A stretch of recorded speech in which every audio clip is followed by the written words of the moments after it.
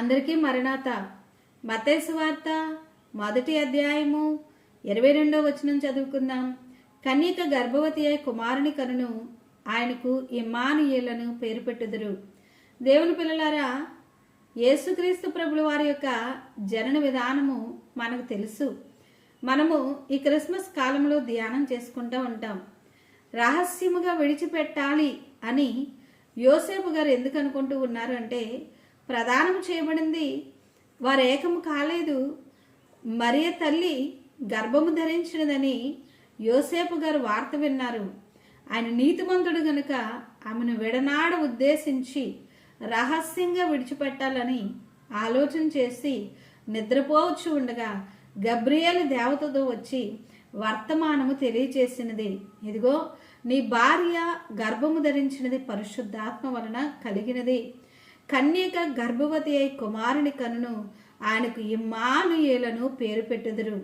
చూడండి, యోసేపు గారితో ప్రభు దూత గబ్రియేలు దేవదూత చెప్తూ ఉన్నటువంటి మాట ఏమిటి అంటే, ఆయనకు ఇమ్మానుయేలు అను పేరు పెట్టుదురు. ఆమె కన్యకే అయినప్పటికీ కూడా ప్రవచనము నెరవేర్చబడాలి. ఆయనకు ఇమ్మానుయేలను పేరు పెట్టుదురు. ఇమ్మానుయేలు అనగా దేవుడు మనకు తోడని అర్థం. దేవుని పిల్లలారా, ఇక క్రిస్మస్ కాలంలో మీకు ఎవ్వరి తోడు లేకపోయినా, ఏ ధనము తోడుగా లేకపోయినా, ఏ ఆస్తి తోడుగా లేకపోయినా, ఏ ఉద్యోగము తోడుగా లేకపోయినా, ఒంటరిగా ఉన్నా జ్ఞాపకం పెట్టుకోనండి, మీకు తోడుగా, నాకు తోడుగా, మనందరికీ తోడుగా యేసు క్రీస్తు ప్రభుల వారు ఈ లోకములో జన్మించి ఉన్నారు. ఆయన పేరేమిటో తెలుసా? ఆయన ఇమ్మానుయేలు.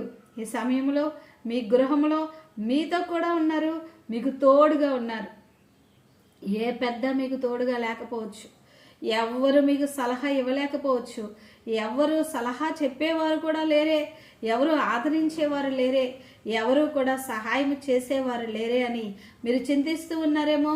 దేవుని యొక్క బిడ్డ ఆయన ఇమ్మానుయేలు మీ గృహంలో ఈ సమయంలోనే, ఈ క్షణంలోనే మీకు తోడుగా ఉన్నారు. తండ్రి లేనటువంటి బిడ్డ, ప్రభు మీకు తండ్రిగా తోడుగా ఉన్నారు.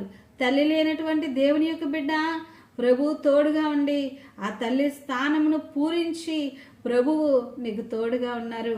సహోదరులు తన యొక్క సహోదరి అయినటువంటి మిమ్ములను దూషిస్తూ ఉన్నారేమో, విడిచిపెట్టి ఉన్నారేమో, వారి బాధ్యత నిర్వర్తించట్లేదేమో, వారు మాట ద్వారా కూడా మిమ్మల్ని ఆదరించలేకపోతూ ఉన్నారేమో.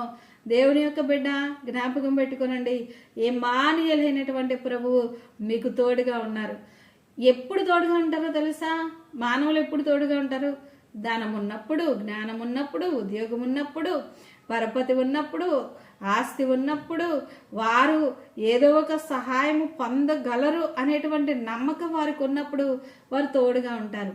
కష్టాలు వచ్చినప్పుడు, శ్రమలు వచ్చినప్పుడు, పేదరికంలో ఉన్నప్పుడు, దరిద్రతలో ఉన్నప్పుడు, బలహీనతలో ఉన్నప్పుడు, వ్యాధిలో ఉన్నప్పుడు విడిచిపెట్టి వెళ్ళిపోతారు. కానీ ఏకైక రక్షకుడైన యేసుక్రీస్తు ప్రభుల వారి యొక్క ప్రేమ ఏమిటో తెలుసా?